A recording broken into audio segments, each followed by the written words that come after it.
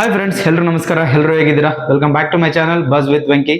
So ನಾನು ಇವತ್ತು ಮಾತಾಡಿದಿರೋ topic ಒಂದು ದುಃಖಕರವಾದ ಟಾಪಿಕ್. ಏನಂದ್ರೆ ಗಂಡ ಹೆಂಡತಿಯನ್ನು ಕೊಲೆ ಮಾಡಿದ್ದು. ಗಂಡನು ಡಾಕ್ಟರ್, ಗೈನಕಾಲಜಿಸ್ಟ್, ಹೆಂಡತಿ ಒಂದು ಸ್ಕಿನ್ ಸ್ಪೆಷಲಿಸ್ಟ್.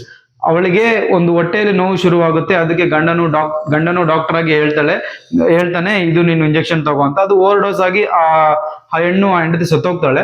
ಅದ್ರ ಬಗ್ಗೆ ನಾವು ಇವಾಗ ಡೀಟೇಲ್ ಆಗಿ ಮಾತಾಡೋಣ. ಅದಕ್ಕೂ ಮುಂಚೆ ನೀವು ನನ್ನ ಚಾನಲ್ ಫಸ್ಟ್ ಟೈಮ್ ನೋಡ್ತಾ ಇದ್ರೆ ದಯವಿಟ್ಟು ಸಬ್ಸ್ಕ್ರೈಬ್ ಮಾಡ್ಕೊಳ್ಳಿ, ಸಪೋರ್ಟ್ ಮಾಡಿ. Let's get into the topic ನಾವು. ಈ ದಂಪತಿಯರ ಹೆಸರು ಬಂದ್ಬಿಟ್ಟು ಕೃತಿಕಾ ರೆಡ್ಡಿ, ಮಹೇಂದ್ರ ರೆಡ್ಡಿ. ಇವರು ಕೆಲವು ತಿಂಗಳ ಹಿಂದೆ ಅರೇಂಜ್ ಮ್ಯಾರೇಜ್ ಆಗ್ತಾರೆ. ಇಬ್ಬರು ಒಬ್ರಿಗೊಬ್ಬರು ಇಷ್ಟಪಟ್ಟು ಮನೆಯಲ್ಲಿ ಎಲ್ಲ ಓಕೆ ಮಾಡಿಸಿ ಮದುವೆ ಆಗ್ತಾರೆ.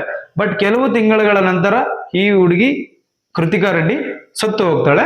ಬಿಕಾಸ್ ಆಫ್ ಅವಳಿಗೆ ಏನೋ ಇಲ್ನೆಸ್ ಕಾರಣದಿಂದ ಹೊಟ್ಟೆ ನೋವು ಜಾಸ್ತಿ ಆಗಿ ಅವಳು ಸತ್ತು ಹೋಗ್ತಾಳೆ. ಆ ಸತ್ತೋದ್ಮೇಲೆ ಎಲ್ಲರಿಗೂ ಡೌಟ್ ಬರುತ್ತೆ, ಚೆನ್ನಾಗಿರೋ ಹುಡುಗಿ ಹೆಂಗ್ ಸತ್ತೋಗ್ತಾಳೆ ಅಂತ.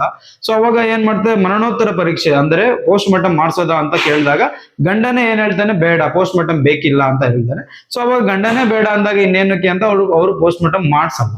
ಸೊ ಅವಾಗ ಏನಾಗುತ್ತೆ, ಬಟ್ ನಮ್ ಕಾನೂನು ಅಡಿಯಲ್ಲಿ ಒಂದು ಲಾ ಇದೆ. ಏನಂದ್ರೆ ಯಾರಾದ್ರೂ ಪೋಸ್ಟ್ ಮಾರ್ಟಮ್ ಬೇಕು, ಮರಣೋತ್ತರ ಪರೀಕ್ಷೆ ಬೇಕೇ ಬೇಕು ಅಂದಾಗ ಅದು ಕೇಸ್ ಆಗುತ್ತೆ, ಆಮೇಲೆ ಅದು ಇನ್ವೆಸ್ಟಿಗೇಷನ್ ಹೋಗುತ್ತೆ.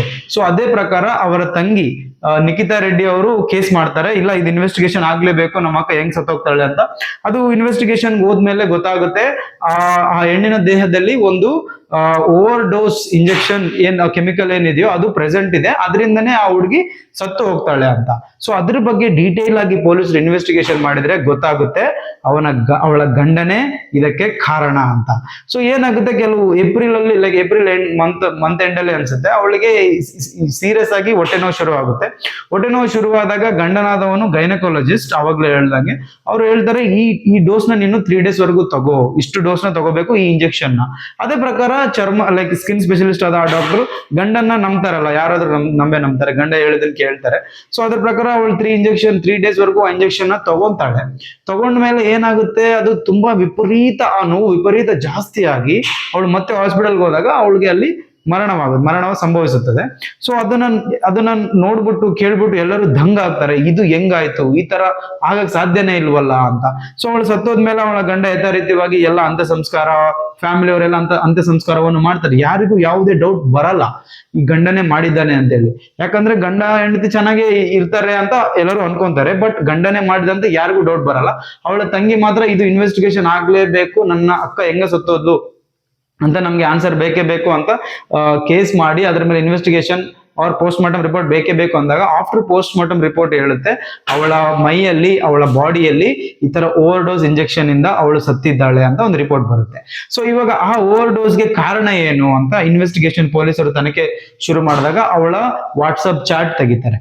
ವಾಟ್ಸಪ್ ಚಾಟ್ ಅಲ್ಲಿ ಗಂಡ ಹೆಂಡತಿ ಮಾತಾಡಿದ್ದು, ಈ ಇಂಜೆಕ್ಷನ್ ತಗೋ ಅಂತ ಇವ್ರ ಗಂಡನ ಹೆಂಡತಿಗೆ ಹೇಳಿದ್ದು, ಆ ಇಂಜೆಕ್ಷನ್ ಅವಳು ತಗೊಂಡಿದ್ದು. ಸೊ ಈ ತರ ಎಲ್ಲ ನೋಡಿ ಆಮೇಲೆ ಇನ್ವೆಸ್ಟಿಗೇಷನ್ ಡೀಪ್ ಆಗಿ ಹೋಗಿ ಗಂಡನನ್ನು ವಿಚಾರಿಸಿದ್ರೆ ಅವಾಗ ಗಂಡನ ಬಾಯ್ ಬಿಡ್ತಾನೆ, ಎಸ್ ನನ್ನ ಹೆಂಡತಿಯನ್ನು ನಾನೇ ಕೊಲೆ ಮಾಡಿದ್ದೀನಿ ಅಂತ, ಈ ಓವರ್ ಡೋಸ್ ಕೊಟ್ಟು ನಾನೇ ಕೊಲೆ ಮಾಡಿದ್ದೇನೆ ಅಂತ ಒಪ್ಕೊಂತಾನೆ. ಅವಾಗ ಎಲ್ಲರೂ ಒಂದು ವೇಳೆ ಬೆಚ್ಚಿ ಬೀಳ್ತಾರೆ. ಅವರ ಮನೆಯವರಾಗ್ಲಿ, ಅವರ ತಂಗಿ ಆಗ್ಲಿ, ಆ ಮಹೇಂದ್ರ ರೆಡ್ಡಿ ಅವರ ಅಪ್ಪ ಅಮ್ಮನೇ ಆಗ್ಲಿ, ಯಾರು ಅನ್ಕೊಂಡಿರಲ್ಲ ಒಂದು ಗಂಡ ಹೆಂಡತಿನ ಸಾಯಿಸ್ತಾರೆ ಅಂತ. ಸೊ ಈ ತರ ಒಂದು ಇನ್ಸಿಡೆಂಟ್ ಆದಾಗ ಅವರ ಫ್ಯಾಮಿಲಿ ಮೆಂಬರ್ಸ್ ಎಲ್ಲ, ಇಡೀ ಬೆಂಗಳೂರು, ಇಡೀ ರಾಜ್ಯ, ಇಡೀ ದೇಶನೇ ಬೆಚ್ಚಿ ಬಿದ್ದಿದೆ ಆಲ್ರೆಡಿ. ಸೊ ಈ ತರ ಮದುವೆ ಆಗಿ ಕೆಲವೇ ತಿಂಗಳಲ್ಲಿ ಒಂದು ಹೆಂಡತಿನ ಸಾಯಿಸೋದು ತುಂಬಾ ಅನ್ಯಾಯ ಮತ್ತು ಇದೊಂದು ಕ್ರೂರತನ ಅಂತಾನೆ ಹೇಳ್ಬೋದು. ಯಾಕಂದ್ರೆ ಆ ತಂದೆ ತಾಯಿಗೆ ಆ ಮಗಳ ಸ್ಥಾನವನ್ನು ಮತ್ತೆ ಯಾರು ತುಂಬಲು ಸಾಧ್ಯವಿಲ್ಲ. ಈ ಮಹೇಂದ್ರ ರೆಡ್ಡಿ ಅವರ ಅಪ್ಪ ಅಮ್ಮ ಕೂಡ ಜೀವನ ಪರ್ಯಂತ ತಲೆ ತಗ್ಸುವಾಗೆ ಆಯ್ತು. ಇವನ ಜೀವನ ಕೂಡ ಜೈಲಲ್ಲಿ ಇರ್ಬೇಕಾಗುತ್ತೆ. ಇವಾಗ ನೆಕ್ಸ್ಟ್ ತನಿಖೆ ಮುಂದುವರೆದು ಪೊಲೀಸರು ಕೇಳ್ತಾರೆ ಮಹೇಂದ್ರ ರೆಡ್ಡಿ ಅವರಿಗೆ, ಯಾಕೆ ಇದು ಮಾಡಿದ್ದು ಅಂದ್ರೆ ಮಹೇಂದ್ರ ರೆಡ್ಡಿ ಅವರು ಹೇಳ್ತಾರೆ, ಅವಳಿಗೆ ಒಂದು ಕಾಯಿಲೆ ಇದೆ, ಆ ಕಾಯಿಲೆ ಇರೋ ಹುಡುಗಿನ ನನ್ನ ತಂದು ಕಟ್ಟಿದ್ದಾರೆ ಇವರು. ಸೊ ಅದಕ್ಕೆ ನಾನು ಈ ತರ ಮಾಡಿದ್ದೀನಿ. ಮನೆಯಲ್ಲಿದ್ದಾಗ ಅವಳು ಯಾವಾಗ ಬೇಕಾಗ ವಾಮಿಟ್ ಆಗೋದು, ಆಚೆ ಫಂಕ್ಷನ್ಸ್ ಹೋದಾಗನು ಇದೇ ತರ ಆಗೋದು, ಆಚೆ ನನಗೆ ಅವಮಾನ ಆಗ್ತಿತ್ತು ಅವಳಿಂದ. ಸೊ ಅದಕ್ಕೆ ನಾನು ಈ ತರ ಮಾಡಿದೆ ಅಂತ ಪೊಲೀಸರ ಮುಂದೆ ಅವನು ಒಪ್ಕೊಂತಾನೆ. ಸೊ ಇದು ನಿಜವಾಗ್ಲೂ ತುಂಬಾ ಕ್ರೂರತ್ವ ಒಳಗೊಂಡಿರುವ ಮನುಷ್ಯ ಅಂತಾನೆ ಹೇಳ್ಬೋದು. ಯಾಕಂದ್ರೆ ಎಲ್ಲದಕ್ಕೂ ಒಂದು ಸೊಲ್ಯೂಷನ್ ಅನ್ನೋದಿರುತ್ತೆ. ಆ ಸೊಲ್ಯೂಷನ್ ನ ಬಿಟ್ಟು ಆ ವ್ಯಕ್ತಿಯನ್ನೇ ಸಂಪೂರ್ಣವಾಗಿ ನನ್ನ ಜೀವನದಿಂದ ತೆಗ್ಬಿಡೋಣ, ನನ್ನ ಜೀವನದಿಂದ ಮಾತ್ರ ಅಲ್ಲ ಇಡೀ ಈ ಪ್ರಪಂಚದಿಂದನೇ ತೆಗಿಯೋಣ ಅನ್ಕೊಳ್ಳೋದು ಕ್ರೂರತ್ವನೇ.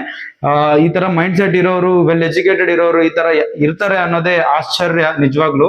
ಸೊ ಇದನ್ನ ನೋಡಿ ಅಟ್ಲೀಸ್ಟ್ ನೆಕ್ಸ್ಟ್ ಜನರೇಷನ್ ಅವ್ರ ನಾವು ಕೂಡ ಕಲಿಬೇಕು. ಈ ತರ ಯಾವತ್ತೂ ಯೋಚನೆ ಮಾಡಬಾರ್ದು. ಎಲ್ಲದಕ್ಕೂ ಕಾನೂನು ಒಂದು ಅಂತ ಇರುತ್ತೆ, ಅದನ್ನ ನಾವು ಪಾಲಿಸ್ಬೇಕು ಅನ್ನೋದೇ ಕೊನೆಯ ನಿರ್ಧಾರವಾಗಿರ್ಬೇಕು. ಸೊ ಅಷ್ಟು ಹೇಳಕ್ ಇಷ್ಟಪಡ್ತೀನಿ friends. Thank you so much for watching my video. Thank you. ಮತ್ತೆ ನೆಕ್ಸ್ಟ್ ವಿಡಿಯೋಲಿ ಕಲಿಯೋಣ. ಬಾಯ್.